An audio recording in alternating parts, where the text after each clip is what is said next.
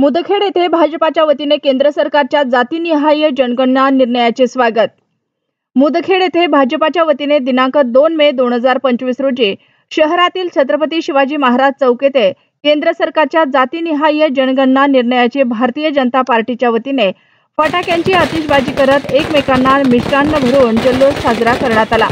यावेळी उपस्थित असलेले प्रवीण गायकवाड, तालुका अध्यक्ष दत्तू देशमुख वाडीकर, शहर अध्यक्ष रामसिंग चव्हाण, माजी शहराध्यक्ष संजय सोनटक्के, नपाचे माजी नगर उपाध्यक्ष माधव कदम, गोविंद गोपनपल्ले, माजी नगरसेवक संजय औलवार, भगवान पानेवार, मनोज कमटे, ईश्वर पिन्नलवार, कानोबा बिस्मिल्ले, माननीय शहर महामंत्री प्रभाकर पांचा, राजू बारतोंडे, संतोष गाडे, संजय चव्हाण, संतोष सावंत, नीलकंठ अहमद, मोहन चव्हाण, विनोद चंद्रे, सुधाकर सूर्यवंशी, विजय मेटकर, रवी भिंडे, माधव वासुरे, अरुण चौदंते, शिवा तोट्टेवाड यांच्यासह असंख्य कार्यकर्ते यांची उपस्थिती होती।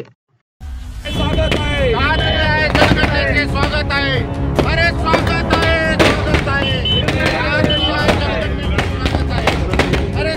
आहे, स्वागत आहे, अरे स्वागत आहे, स्वागत आहे, भारतीय जनता पार्टीचा नरेंद्र भाई मोदी आगे बढ़ो, वंदे भारतीय जनता पार्टीचा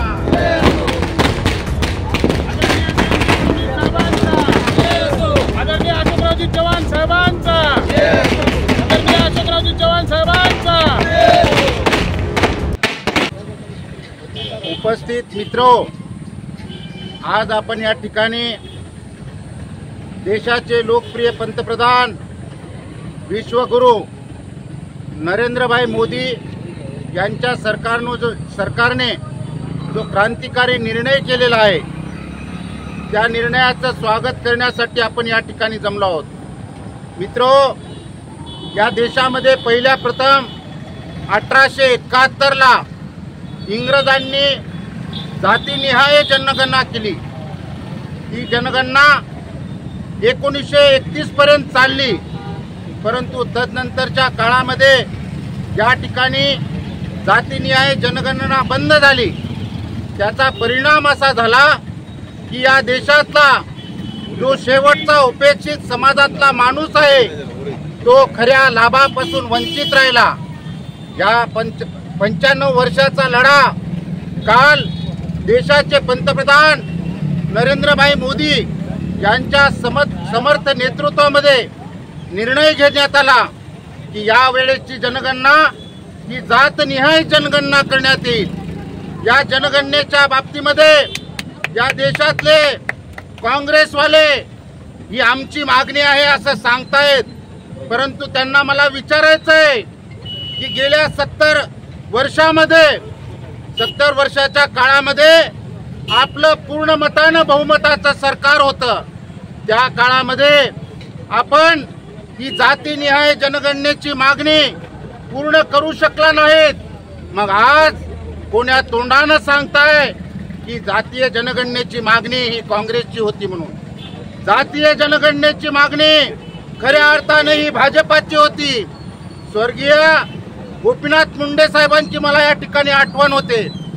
2010 ला ज्यावेळेस मनमोहन सिंगांचं सरकार होतं त्यावेळेस लोकसभेतील उपनेते या नात्याने त्यांनी जो त्या ठिकाणी जनगणनेचा विषय हातात घेतला आणि काँग्रेसच्या सरकारला ठणकावून सांगितलं, जोपर्यंत या देशामध्ये जातनिहाय जनगणना होणार नाही तोपर्यंत या देशातल्या उपेक्षित समाजाला न्याय मिळणार नाही।